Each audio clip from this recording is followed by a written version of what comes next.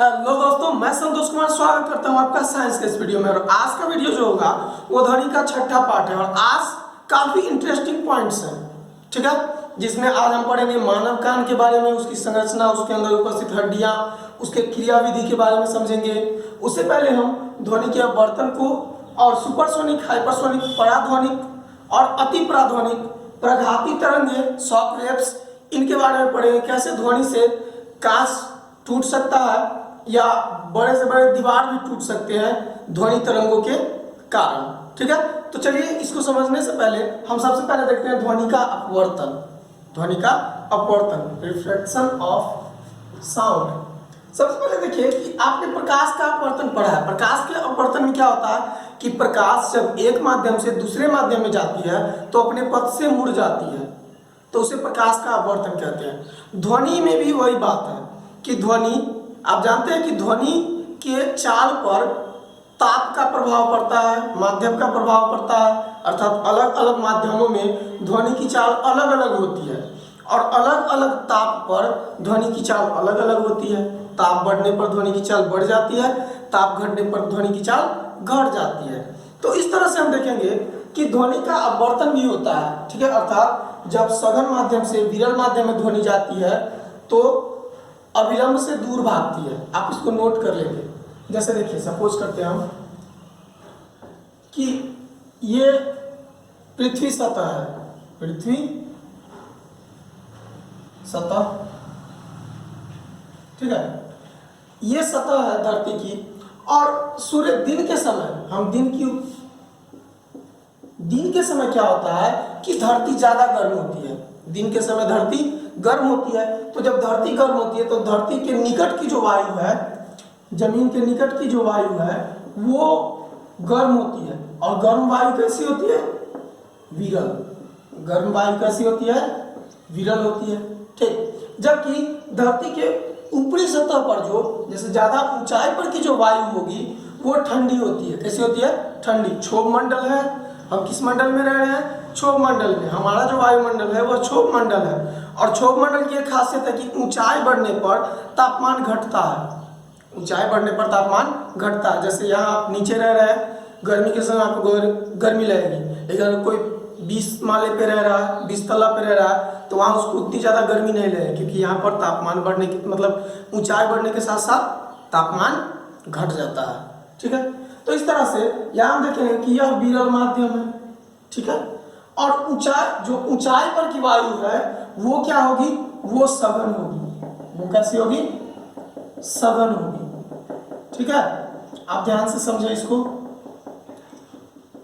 आप केवल इन बातों को समझ लेंगे तो परीक्षा में एक भी प्रश्न नहीं छूटेगा। प्रश्न किसी तरह से भी घुमा दे, आपको समझ में अगर आ रहा है तो आप उसे जरूर बना लेंगे।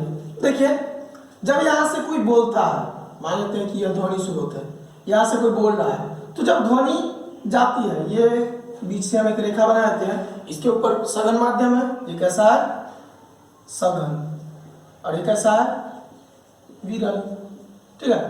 तो यहां से जब ऐसे ध्वनि जब जाती है, ठीक है, तो क्या होता है कि ध्वनि तो ऐसे जा रही है, ये कैसा माध्यम है? विरल माध्यम। लेकिन जैसे सघन माध्यम में जाती है, ये मुड़ जाती है। ये ध्वनियां क्या होती है? मुड़ जाती है। किसकी ओर? अभिलंब की ओर। अभिलंब की ओर मुड़ जाती है, ठीक है। और अभिलंब की ओर मुड़ने के कारण यह ध्वनि ज्यादा दूर तक नहीं जा पाएगी। यह ध्वनि ज्यादा दूर तक नहीं जा पाती है, ठीक है। आपको अगर ध्वनि का अपवर्तन क्या होता है इसकी परिभाषा लिखना है तो आप लिखिए, इसकी परिभाषा लिखिए कि ध्वनि जब एक माध्यम से दूसरे माध्यम में जाता है तो अपने पथ से मुड़ जाता है। अपने पथ से क्या हो जाता है? मुड़ जाता है, विचलित हो जाता है। इस घटना को ध्वनि का अपवर्तन कहते हैं। इस घटना को ध्वनि का अपवर्तन कहते हैं। ध्वनि के अपवर्तन के कारण जो घटना घटती है वह पहली घटना हम आपको यहाँ पर दर्शा रहे हैं कि वायु में जब हम दिन के समय बोलते हैं या दिन के समय कोई लाउड स्पीकर बज रहा है कुछ भी, तो ज्यादा दूर तक सुनाई नहीं देगा। क्यों? क्योंकि ध्वनि अपवर्तित होकर के किधर? अंदर की ओर मुड़ रही है ना। लेकिन यही स्थिति रात्रि के समय, यही स्थिति आप सोचिए रात्रि के समय, आपको मैं समझा रहा हूं, वो हर बात इंपॉर्टेंट है, आप नोट कर सकते हैं इस बात को, ठीक है। तो दिन के समय आपसे क्वेश्चन पूछा जाएगा कि दिन के समय ध्वनि ज्यादा दूर तक नहीं सुनाई देती है, क्यों? तो ध्वनि अपवर्तित हो जाती है, ध्वनि के अपवर्तन के कारण, ध्वनि के अपवर्तन के कारण, क्योंकि नीचे का जो वायु होता है विरल होता है, ऊपर का वायु सघन होता है, तो सघन माध्यम में तो अविलंब की ओर मुड़ जाती है, तो ध्वनि अंदर की ओर मुड़ जाती है, ठीक है, बाहर नहीं जा पाती है। लेकिन वही स्थिति अगर हम अलग बना दें, ये यहाँ तो ये दिन के समय का है, मान लेते हैं हम रात्रि के समय का, कब? रात्रि के समय का, तो नीचे का वायु कैसा होता है? सघन, नीचे का वायु कैसा होता है? सघन, जबकि ऊपर का वायु क्या होता है? विरल, ठीक है। जमीन ठंडी हो जाती है तो जो धरती के निकट की वायु है वो सघन हो जाती है, तो सघन से यहाँ पर ये सघन है, ये विरल है, ठीक है। तो सघन माध्यम से जब ध्वनि चलती है, ठीक, और विरल माध्यम में प्रवेश करने के बाद दूर तक फैलती है, क्या होती है? ध्वनियां दूर तक फैल जाती है। तो इस तरह से अपवर्तन हो गया, ये अपने पद से क्या हो गई? मुड़ गई, तो अपवर्तन हो गया ना, क्या हो गया? अपवर्तित हो गई। तो यहाँ पर जब ध्वनियां अपवर्तित होती है तो अविलंब से दूर की ओर, बाहर की ओर अपवर्तित होती है, जिससे रात्रि के समय दूर की ध्वनियां भी आसानी से सुनाई दे देती है, या रात्रि के समय किसी ध्वनि स्रोत से निकलने वाली ध्वनि दूर तक जाती है। इसका कारण क्या है? ध्वनि का अपवर्तन। तो बस यही है ध्वनि का अपवर्तन, और आप ध्वनि के अपवर्तन को आसानी से समझ चुके होंगे, ठीक है। और ध्वनि के अपवर्तन के कारण क्या घटना घटती है? तो रात्रि के समय कोई ध्वनि दूर तक नहीं सुनाई देती, सॉरी, दिन के समय कोई ध्वनि दूर तक नहीं सुनाई देती, क्यों? आप यहाँ से समझ चुके हैं दिन में कैसी स्थिति बनती है, और रात्रि के समय कोई ध्वनि ज्यादा दूर तक सुनाई देती है तो कैसी स्थिति बनती है, ठीक है। अब अगला टॉपिक हम मानव कान को अंतिम में पढ़ेंगे। पहले हम सुपरसोनिक और हाइपरसोनिक देख लेते हैं, पराध्वनिक और अति पराध्वनिक, ठीक है। तो चलिए इसको हम मिटाते हैं। तो आइए देखते हैं मैक संख्या को। किसी माध्यम में किसी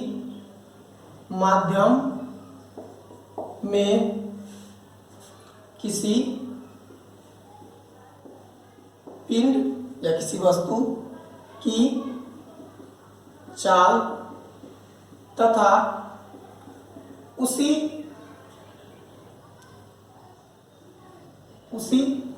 ताप एवं दाब पर उस माध्यम में ध्वनि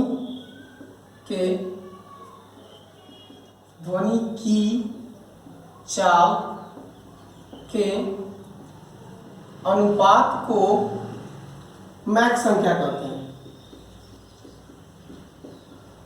चलिए इसको हम समझते हैं।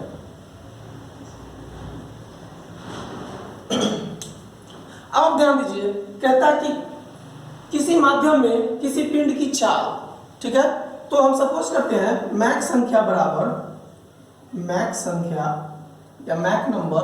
आपसे परीक्षा में मैक नंबर से प्रश्न बनते हैं, ठीक है। आपको ध्यान रखिए, आप इसको समझ लीजिए, काफी काम देगा आगे। मैक संख्या बराबर किसी माध्यम में पिंड की चाल, तो माध्यम में पिंड की चाल, और बटा में क्या? ध्वनि की चाल। उसी माध्यम में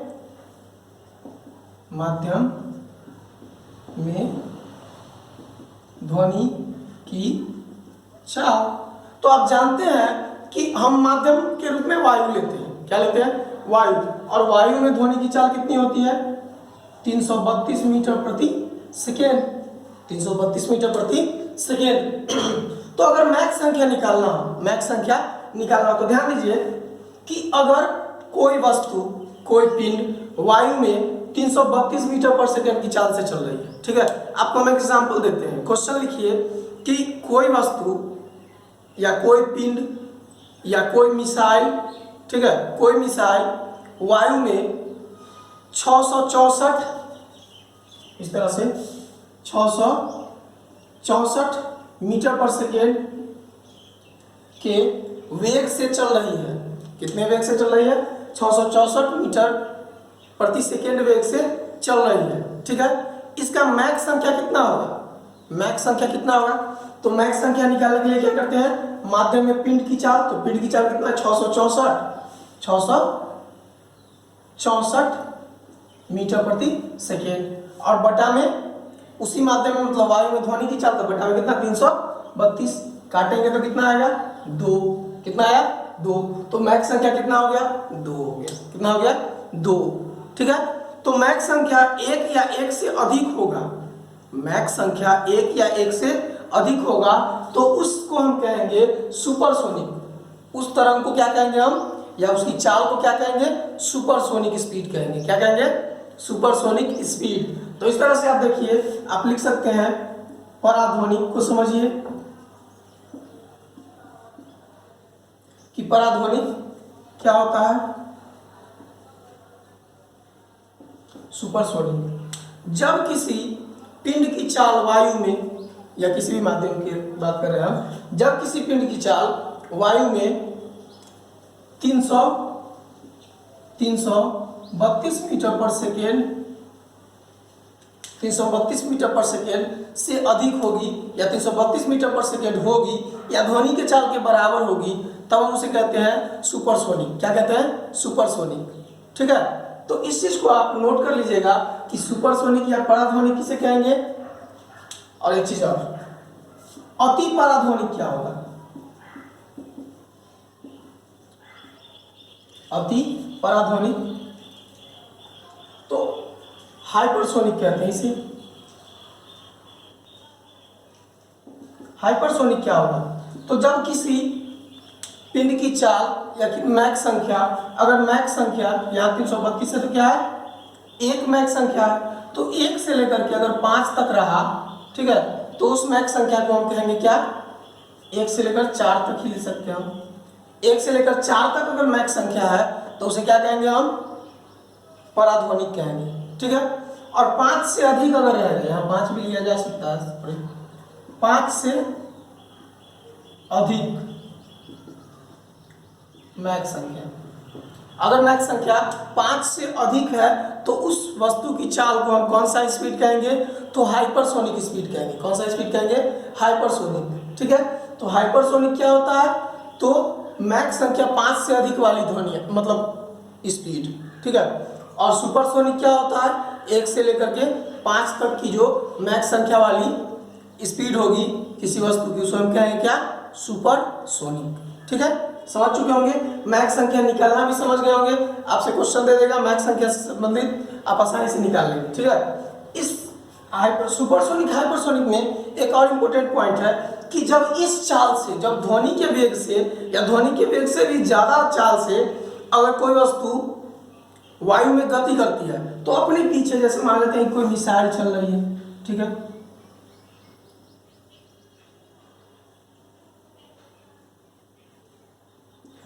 कोई मिसाइल सुपरसोनिक है, ठीक है, या हाइपरसोनिक है, मतलब इसका चाल जो है सुपरसोनिक कहने का मतलब कि ध्वनि के वेग से, ध्वनि का वेग या ध्वनि के वेग से 5 गुना तक चाल होना चाहिए स्पीड।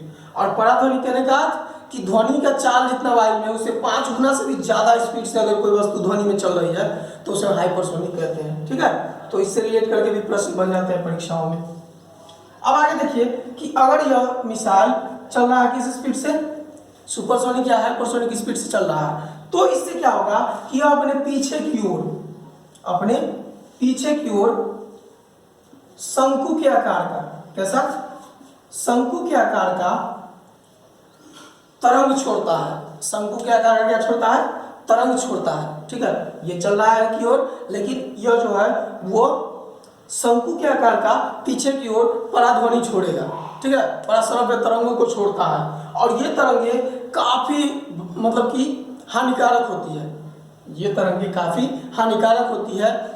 मतलब जहाँ पर ये विमान उड़ाए जाते हैं, जेट विमान या फिर मिसाइल्स जहाँ पर उड़ाए जाते हैं वहाँ पर घर वगैरह नहीं रखे जाते हैं, बनाए जाते हैं, ठीक है, या ये वहाँ पर इनका प्रयोग किया जाता है उड़ाने का जहाँ पर घर वगैरह नहीं है। नहीं तो इनसे जो ये तरंगे निकलती है, शंकु रूपी तरंगे जो निकलती है, ये तरंगे घर की दीवारों को भी तोड़ सकती है, इतनी ज़्यादा पावरफुल होती है, ठीक है। सामान्य रूप में अगर ऊपर से जा रही है तो जो कांच की खिड़कियाँ होंगी घर में वो तो आसानी से टूट जाती है, और ज़्यादा प्रघाती तरंगे जो होंगी वो क्या कर सकती है, दीवारों को भी तोड़ सकती है, ठीक है।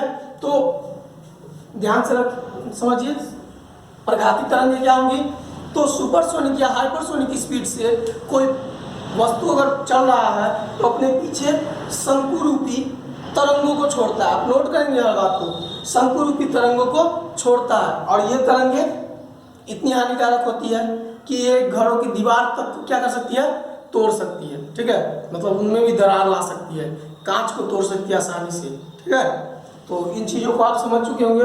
तो मैक संख्या क्या होता है, सुपरसोनिक हाइपरसोनिक क्या होता है और प्रघाती तरंगें क्या होती है, इसको रिलेट करके मैंने इस तरह समझा दिया है कि आपसे एक भी प्रश्न परीक्षा में छूटेगा नहीं। अब हम देखते हैं मानव कान, तो इसका स्क्रीनशॉट ले लीजिए। अब हम देखते हैं मानव कान। ठीक है, मानव कान यहाँ पर सुपरसोनिक हाइपरसोनिक लिखा हुआ है। आपको फिर से हम बता दें कि एक से अधिक मैक संख्या वाली जो अगर किसी वस्तु का वायु में स्पीड जो है उसका मैक संख्या अगर एक से अधिक है तो सुपरसोनिक, 5 से अधिक तो हाइपरसोनिक। एक से अधिक सुपरसोनिक, 5 से अधिक हाइपरसोनिक, एक से अधिक पराध्वनिक और 5 से अधिक अति पराध्वनिक। ठीक है, चलिए इसको मिटा देते हैं, जगह खड़ा था। चलिए अब देखते हैं हम मानव कान को। मानव कान के बारे में सबसे पहले तो हम यह जान लें कि मानव कान, ठीक है, एक ऐसा अंग है, एक ऐसा अंग तंत्र है, ठीक, जिसके द्वारा हमें सुनने की अनुभूति होती है। ठीक है, जो हमें सुनने की संवेदना देता है। अगर मानव कान नहीं रहेगा तो हम सुन नहीं पाएंगे, अगर कान नहीं उपस्थित रहेगा तो हम सुन नहीं पाएंगे। तो आइए देखते हैं, इसकी संरचना को पहले समझ लेते हैं, उसके बाद हम कार्यों को देखेंगे कैसे कार्य करता है। ठीक है, संरचना के अंतर्गत ये ईयर ड्रम जो है, ईयर ड्रम कर्णपट, ये मध्य कर्ण और बाह्य कर्ण के बीच में पड़ता है। ठीक है, यहां से इधर क्या है, बाह्य कर्ण या बाह्य कान, ये ब्लैक हड्डी है और ये है कर्णावर्त। इन दोनों के मध्य का जो भाग है ये अंतःकर्ण और ये मध्य कर्ण, इन दोनों के बीच जो है यह मध्य कर्ण है। और ब्लैक और कर्णावर्त दोनों जुड़े होते हैं किस स्थान पर, तो दोनों को अलग करने वाले स्थान पर मध्य कर्ण और अंतःकर्ण।